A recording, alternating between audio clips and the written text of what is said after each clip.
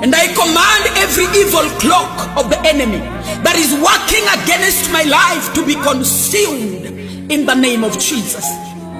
Every wasted year to be restored right now in the power of the word of God. Every wasted effort, every wasted money, every wasted health,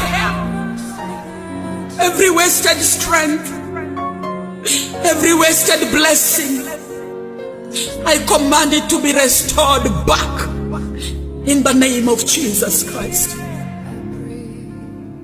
And now I remove every barrier to your breakthrough.